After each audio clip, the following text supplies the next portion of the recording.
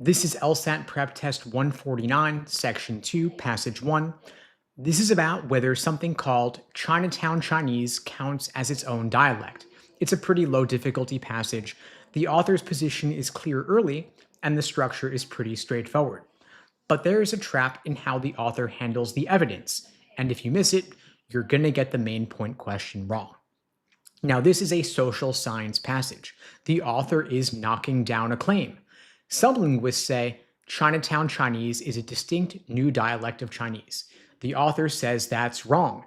The whole passage is the author picking apart the two pieces of evidence those linguists rely on. Now, paragraph 2 is the most important paragraph here. That's where the real argument gets made, but let's start at the top. Paragraph 1 is the setup. You want to move through it at a normal speed. Your only job is to catch the two claims. Claim 1, Chinatown Chinese is so different from Chinese spoken in China that a newcomer would struggle to communicate with a Chinese American in San Francisco. Claim 2, the shared vocabulary lets all Chinese Americans talk to each other regardless of which dialect they originally spoke. That is it, 2 claims. The rest of the passage tears them apart in order. Now, paragraph 2 goes after claim 1. You want to slow down here. The author's move is specific. All that distinctive vocabulary is mostly just names of local places and English words translated into Chinese. You get examples: a transliterated word for downtown, a direct translation of Labor Day. Don't treat those as filler, they are evidence. The author is showing you that the new vocabulary is narrow. It's stuff tied to daily life in San Francisco. It's not a whole language system. Then you hit the twist. The author says the core language brought from China stayed intact, and that word core is doing a lot of work. The new vocabulary got added on top. It didn't replace anything underneath. So, what does that mean? It means a newcomer from China and a Chinese American who share the same traditional dialect can actually communicate just fine. The unfamiliar local terms get skipped, explained, or figured out from context. The author flat out says the supposed language barrier is mostly imaginary, and that is a verdict. Then paragraph 3 takes on claim 2. You could pick the pace back up here because the structure is the same. The author is dismantling another piece of evidence. The claim was that Chinatown Chinese works as a bridge language across all Chinese Americans, no matter what dialect they grew up speaking. The author calls this a misleading oversimplification. And when you see language that strong, you want to mark it down. That's the author telling you exactly how they feel. Now, here's the argument. Sure, a lot of Chinese Americans from different dialect backgrounds have picked up some Cantonese. They hear it in movies, they hear it in their communities. But passive exposure to Cantonese is not the same thing as sharing a dialect. The real dialects of Chinese differ in sounds, grammar, and vocabulary. And those gaps don't close just because people know the same handful of American city names and street names. That shared stuff is tiny. It sits at the edges of the language, not at the center. Now, the key move in the passage. The author takes 2 claims that sound reasonable and shows that both of them mistake something small for something big. A few local vocabulary words get mistaken for a whole new dialect. Casual familiarity with Cantonese gets mistaken for a shared language. Both times, the author is saying you're seeing something real, but drawing the wrong conclusion from it. Now, here is where students get burned. The author never says the differences don't exist. They do exist, and the author admits that openly. So if you read too fast, you might think the author is saying there's nothing different about how Chinese Americans in San Francisco speak, but that is too extreme. The author's actual position is more precise. The differences are real, but they're too small and too peripheral to count as a new dialect. And that is the distinction the test is going to target. Now, if your version of the author's view is even slightly off, you're going to get a wrong answer on the main point question and probably on the author's attitude question also. Now, before you go on to the questions, check yourself on 3 things. First, why does the author bother listing specific translated terms like Labor Day in paragraph 2? Second, what is the difference between hearing Cantonese in movies and actually sharing a dialect? And third, what does the author think the vocabulary differences really are if they're not evidence of a new dialect? So that was passage 1. Now on to passage 2. This is LSAT Prep Test 149, Section 2, Passage 2. It is a science passage about fine-tuning, whether the laws of physics had to be exactly what they are for life to exist. The difficulty level here is medium because the passage reads easy, and that's the problem. Students coast through it and miss the move that the hardest questions test. Now, the author here is a researcher who challenges the evidence for fine-tuning. But, and this is what's going to make the passage tricky, the author still defends the multiverse. And those feel like they should go together, but the passage pulls them apart. Now, paragraph 1 is a Hollywood analogy. The author dodges bullets, cars explode, everything barely misses. It's a setup for how people feel about our universe. Don't slow down here, there is zero analysis to do, just register the comparison and keep moving. Then paragraph 2 makes the real version of that analogy. Change the strong nuclear force a little, and stars can't make carbon. No carbon, no life. The term you've got to lock in is finely tuned. It means the physical constraints had to land in an incredibly narrow range or nothing works. And you're going to see that phrase in the answer choices. You want to read this paragraph at a normal speed. It's giving you the claim the author is going to attack. Then paragraph 3 is other people's ideas, not the author's. Cosmologists explain fine-tuning by saying our universe is one of a massive number of universes. Most can't support life. But roll the dice enough times and one will get it right. That is the multiverse. Read it, understand it, but tag it in your head as not the author. Students who forget that will pick wrong answers on the attitude questions. Now, paragraph 4 is short, it's easy to skim past, but don't do it. This is where the author starts pushing back. The whole case for fine-tuning rests on one thing. Scientists haven't been able to find other sets of laws that work. That's it. The evidence isn't positive proof, it is the absence of alternatives. The author is saying the foundation is weaker than it looks. 2 sentences, but they set up everything that follows.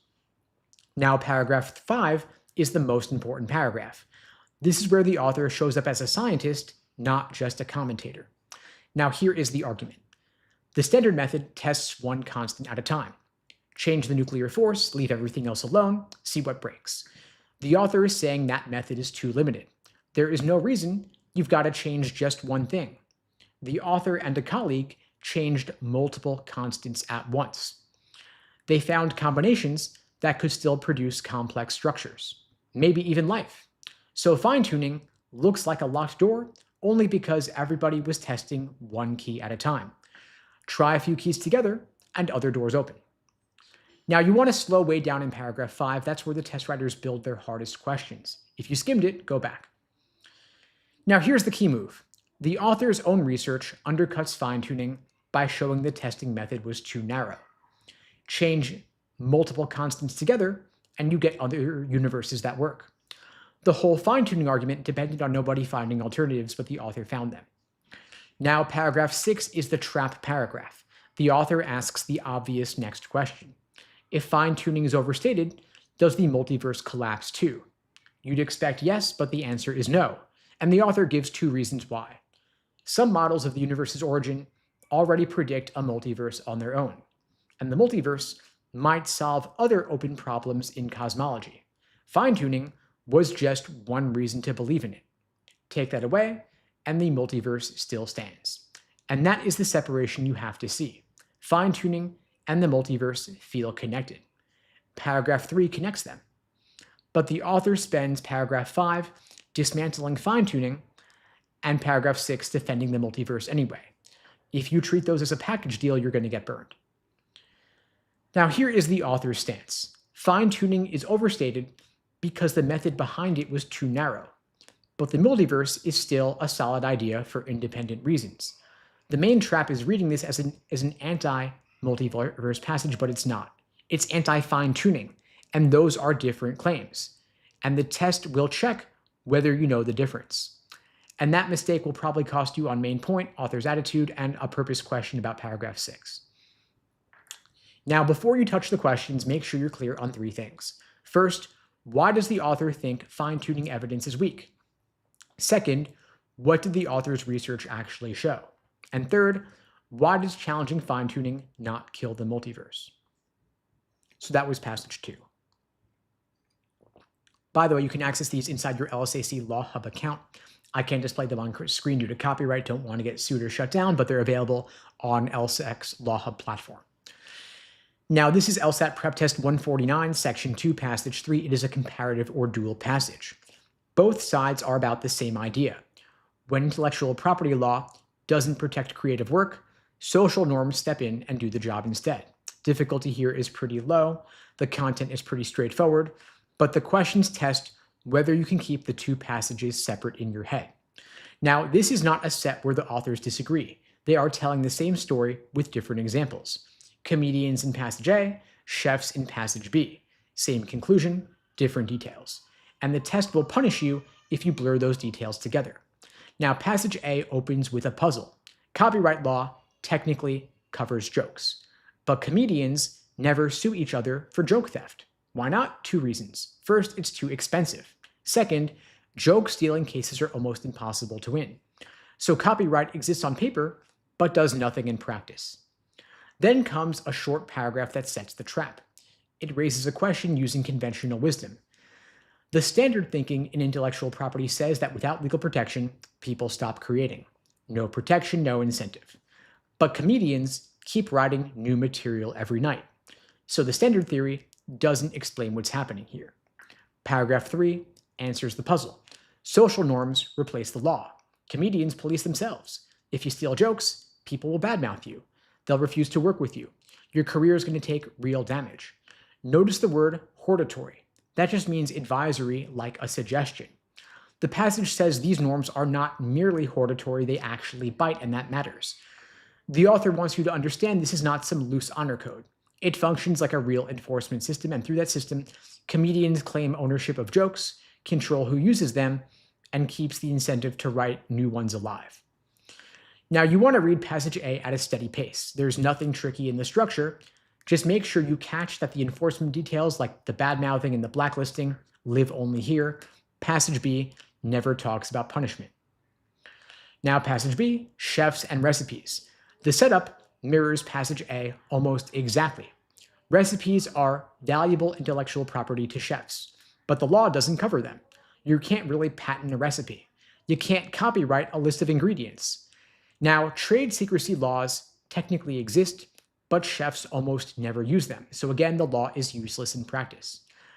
But passage B goes somewhere passage A does not. It lays out 3 specific norms and maps each one onto a specific area of law.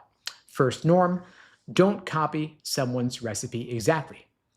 That mirrors patent protection. Second norm, if a chef shares a secret with you, don't pass it along without permission. That mirrors trade secrecy. Third norm, give credit to whoever created the recipe. And that mirrors copyright.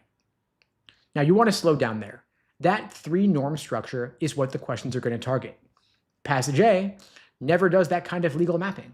Passage A says social norms work like law in general.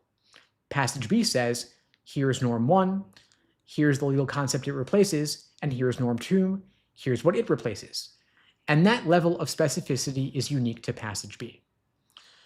Now the key move. The test is going to ask you what one passage covers that the other one skips. And every hard question in this set comes down to one split. Passage A gives you enforcement, how norm breakers get punished. Passage B gives you structure, what the norms actually are, and which legal tools they stand in for. Passage A says the system works. Passage B shows you what the system looks like from the inside. Now, the main trap is thinking both passages say the same things just because they reach the same conclusion, but they don't. Any student who reads these 2 casually will see social norms replace law in both and think the passages are interchangeable. Then, they'll pick an answer that sounds right for the overall topic, but belongs to the wrong passage. Now, the author's stance in both passages is identical. Social norms effectively substitute for intellectual property law in certain creative industries. No disagreement, no tension, 2 parallel case studies. Now, before you go to the questions, you want to lock these down. Can you explain why comedians don't use copyright law even though it technically applies? Can you name which passage discusses how violators get punished and which one doesn't touch enforcement at all? And can you match each of passage B's 3 norms to the area of law it replaces? So that was passage 3. Now, this is LSAT PrepTest 149, section 2, passage 4, about Charlotte Perkins Gilman and social Darwinism. The difficulty level is pretty low here. The ideas are clear and the structure is pretty simple, but there is a trap baked into the passage that catches those who read on autopilot. Now, this is a humanities passage. It profiles one thinker's ideas. The main point is that Gilman believed humans have an ethical duty to consciously direct social evolution, and doing that means dismantling gender-specific roles. Now, the most important paragraph is paragraph 2. That is where Gilman's real argument lives. Everything else is either context or application. So when you feel yourself speeding through paragraph 2 because it sounds like it's just explaining her beliefs, you want to stop, that's where the questions are going to come from. Now, passage 1 is set up, but it's doing something sneaky here. It gives you 2 camps of social Darwinists, and you've got to keep them straight. Camp 1 says evolution controls everything. Competition runs society. Don't try to change it. Camp 2 says, yes, humans evolved, but human societies don't have to be competitive.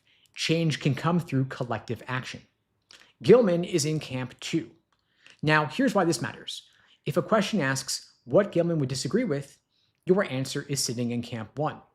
The passage hands you this contrast right at the top. Don't lose it.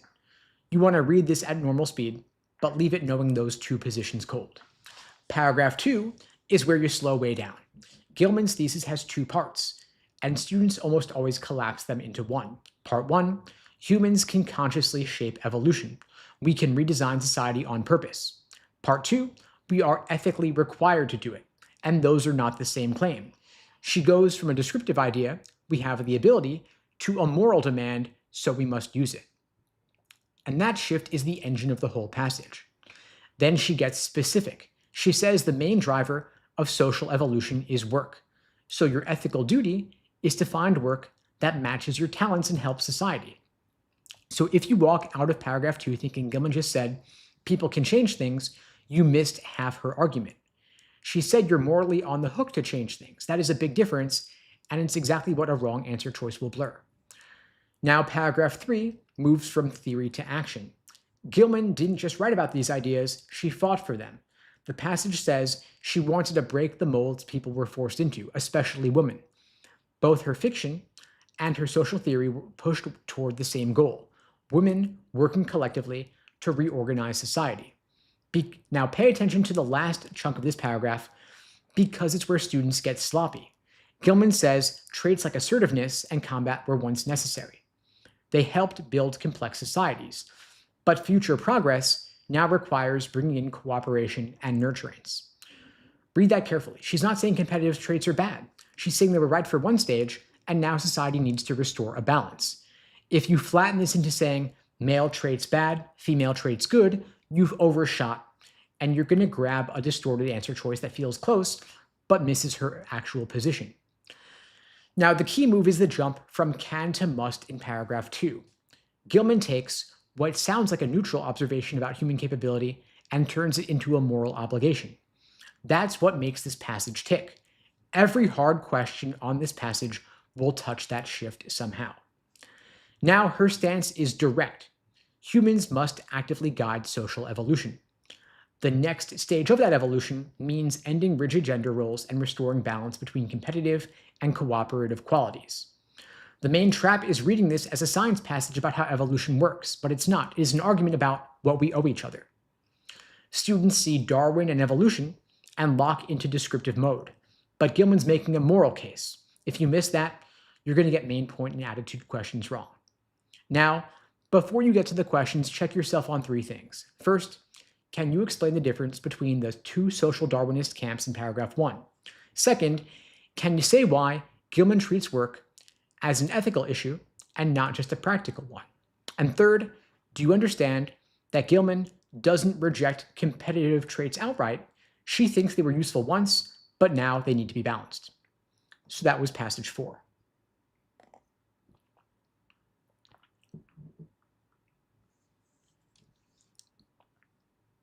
Now we're going to move on to another practice test.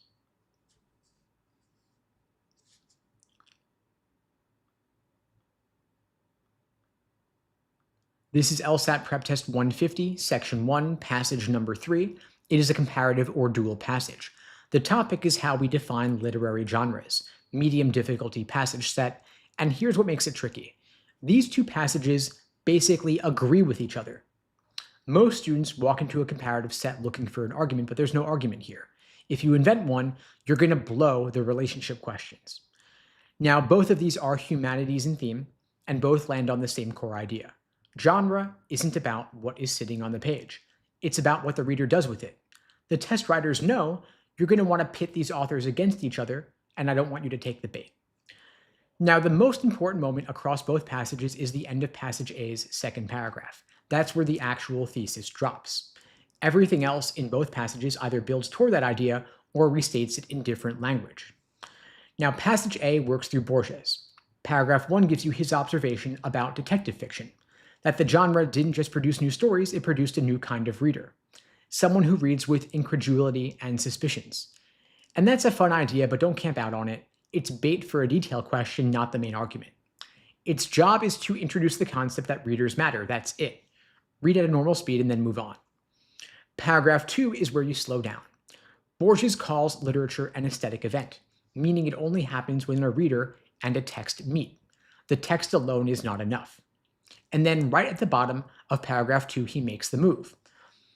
What puts works in the same genre isn't shared format features inside the text, it's how those works get read. And that last sentence flips the whole traditional way of thinking about genre. If you skimmed through it, go back. That sentence is the engine of the entire passage pair. Now passage B. Paragraph 1 here gets to the same destination, but takes a totally different road. It starts by shooting down the obvious approach, defining genres by themes they share. Why doesn't that work? Borderline cases. The categories keep breaking down, especially in science fiction. So the author offers something better. Think of genres as reading protocols. That just means ways of reading. Different habits of attention you bring to the text. And the most important part of this paragraph is the claim that the texts most central to a genre are the ones built to reward one specific way of reading over another. That is a sharper, more practical version of what Borges was saying. Then paragraph 2 of passage B gives you examples. Poetry, you pay attention to sound. Science fiction, you pay attention to how the story's world is different from yours. Don't overthink these examples. They're not new arguments. They're just showing you what reading protocols look like in practice. Now you want to speed up here. The author is illustrating, not arguing. And the paragraph wraps with a call to action for critics. Go study the specific moves in the text that trigger these different ways of reading. So here is the relationship. Both passages say genre lives in the reader, not in the text.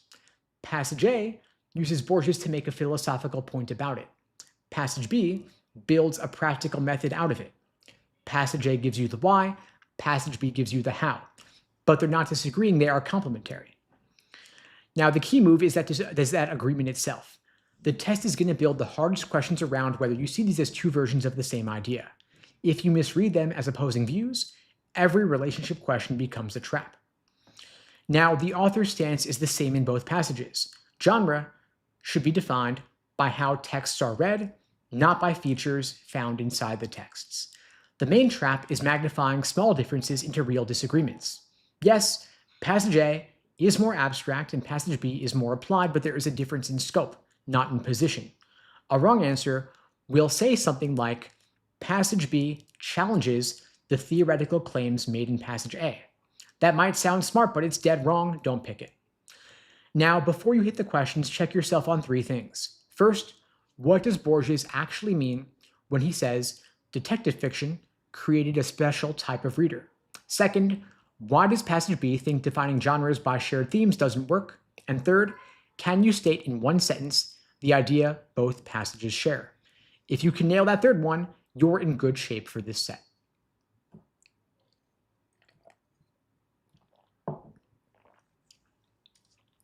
Now passage 4. This is LSAT PrepTest 150, section 1, passage 4. It is a science passage about whether cooking actually changed the human body over evolutionary time, medium difficulty. The passage reads easy, which is the problem here. Students think they got it, then miss what paragraph 3 is really doing. Now, this is an argument passage. The author wants you to believe cooking didn't just change behavior, it changed biology. Teeth, jaws, guts, all of it were reshaped because humans started cooking food. Start off with paragraph 1. This is the most important paragraph. You want to slow way down here. It opens with a fake out, which sounds like common sense. Cooking just makes food softer, right? So why would the body need to adapt? You read that and you nod along, and that is the trap. Because the author immediately turns on it. The word however shows up, and everything after it is the real argument. Humans today can barely survive on raw food, not in the wild anyway. Raw plants are hard to digest, raw meat is tough to chew, we're locked on to cook food. And then comes the piece students fly past. There is archaeological evidence of cooking going back over 250,000 years. That is the whole foundation. You need that number because without it, everything falls apart. Evolution needs time. The author just gave it time. By the end of the paragraph, the full claim is on the table. Cooking let humans eat more efficiently. Natural selection favored that efficiency, and now we literally cannot go back. Everything after this is evidence and extension. Paragraph 1 is the argument. Then paragraph 2 zooms into one specific piece of evidence, teeth and jaws. You can read this at a normal pace. The author connects shrinking teeth and jaws to cooked food with changes showing up about 100,000 years ago. Then there's a second earlier wave, maybe 1.9 million years ago, with Homo ergaster. Don't get bogged down in the dates here. The test won't ask you to recall timelines or dates or specifics. What matters is the logic. Cooking changed what humans needed to chew. Teeth and jaws got smaller because they didn't need to work as hard. That is it. The paragraph is just adding proof to a point you already know. Now paragraph 3. That's where you've got to shift gears and read carefully. The author moves from bones and teeth to soft tissue like guts, intestines, colon. And here is the thing that changes. There is already an existing explanation for why human digestion looks different from other great apes. The traditional view says it came from eating lots of raw meat, and the author doesn't say that's wrong. But the author says cooking explains the same evidence just as well. Same smaller gut, same longer small intestine, same smaller colon. Two explanations, same data. And then you get that last line about how more testing is warranted. That word sounds careful and neutral, but it's not. The author just spent 3 paragraphs building the cooking case from the ground up. Calling for testing is the author saying the field has been ignoring a legitimate alternative, and that is a challenge. Now, the key move is the shift to paragraph 3. The author doesn't just extend the cooking argument to soft tissue, the author puts it head-to-head against an established explanation and says it holds up just as well. That's what the hardest questions will test. Now, here is the pattern running through the whole passage, and each paragraph raises the stakes. Paragraph 1 says cooking changed everything broadly. Paragraph 2 says here is the specific physical proof. Paragraph 3 says even the evidence claimed by a competing theory fits the cooking model. It is an escalation. Each step makes the cooking argument harder to dismiss. Now, the author believes cooking was a major evolutionary force, not a minor inconvenience. The trap is reading the author as undecided. Students see warranted and we suggest, and think the author is hedging. But the author is being appropriately scientific in tone. But the position is clear. Every paragraph pushes in one direction. If you mistake caution for genuine uncertainty, you're going to pick the wrong answers on attitude and main point questions. Now, before you go on to the questions, check yourself on 3 things. First, why does the 250,000 year archaeological evidence matter to the argument in paragraph 1? Second, what is the function of paragraph 2? Is it making a new argument or supporting one you already heard? And in paragraph 3, whose explanation is the author challenging, and how hard are they challenging it? So there you have it, folks. If you're looking for support, I'm offering a free LSAT tutoring lesson for everybody watching this now or later. The link is unpluggedprep.com/start. The link is below the video on YouTube, pinned in the chat on YouTube, in my bio on TikTok and IG as well. I'll be back tomorrow on YouTube, TikTok, Instagram for the regular daily live Q&A, anything at all, LSAT and law school admissions, 2 p.m. Eastern, 1 Central, 11 Pacific. I'll see you all then, if not before that, for more reading comp explanations.